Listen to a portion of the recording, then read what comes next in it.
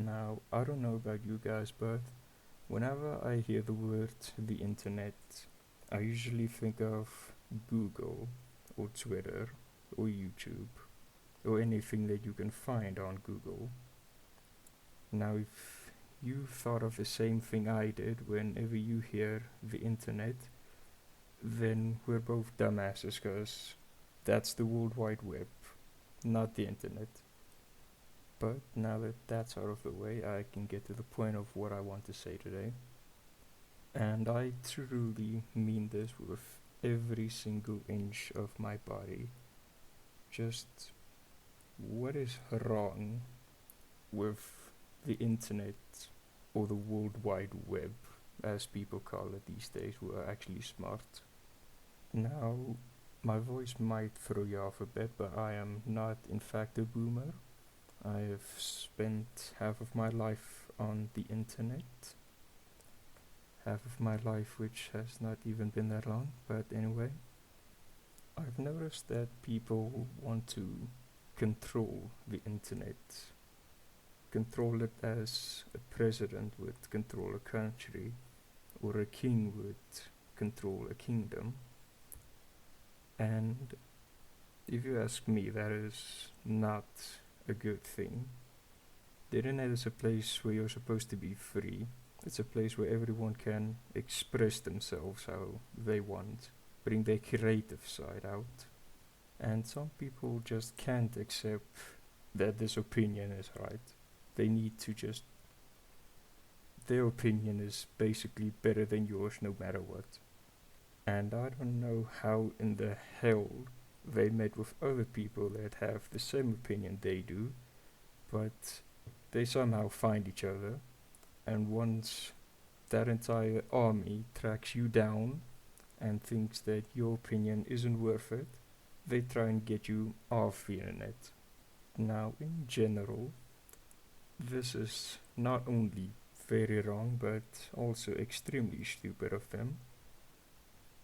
Yes, some people shouldn't have an opinion, in my opinion, but at least everyone should get a fair chance, okay?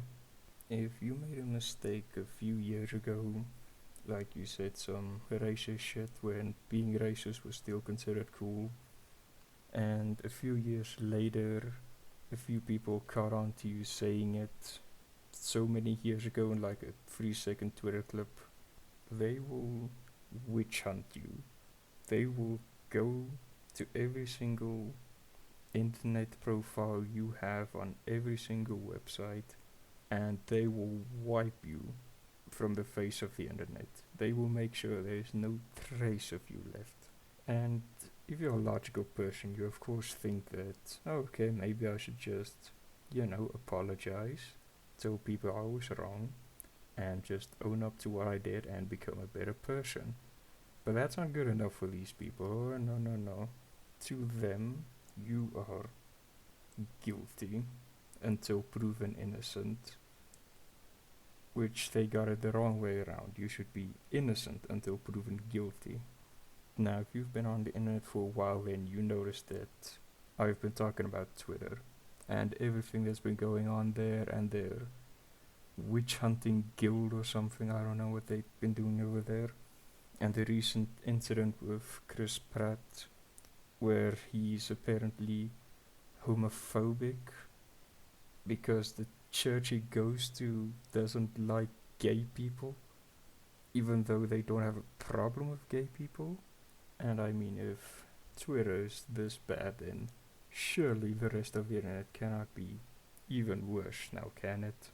Well, you see, the thing about Twitter is that at least the users, the people that are using the site, are the ones screwing it up. But there are other platforms where the people that are supposed to manage the site and keeping it maintenance, and the ones that are supposed to keep order on the site, are also the ones that cause its destruction.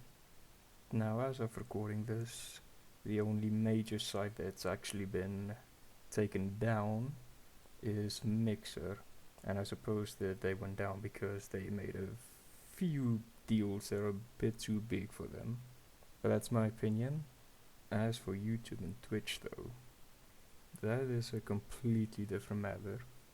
Twitch is a very good example of what is wrong with the internet today, and that is that they can't just make things easier.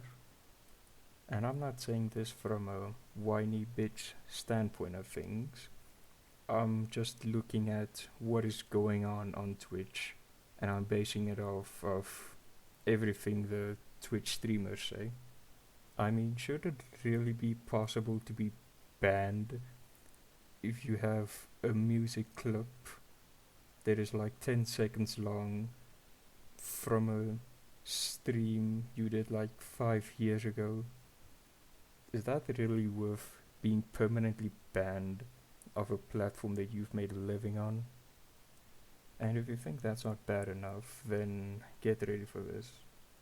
So you get an email saying that you've used a song that you didn't get permission for, but like you normally would in any copyright situation. But they don't tell you where you used the song. They don't tell you when you used the song. They just tell you used the song.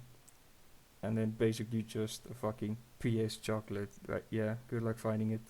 And for a long time, Twitch didn't help either, because you had to manually go through each and every single VOD you saved during however long you've been with Twitch. And if you don't find that clip and delete it in time, then you're about to be sued in your ass through the count into the Earth score and right on Satan's throne. Then you got the banning problem they have, where I don't even think they have an idea of when you're going to get banned or not. Every time you just do something a little bit shady, they just toss a coin, they see where it lands, they check how much money you bring into Twitch, and then they just decide, alright, you're getting banned or you're not getting banned.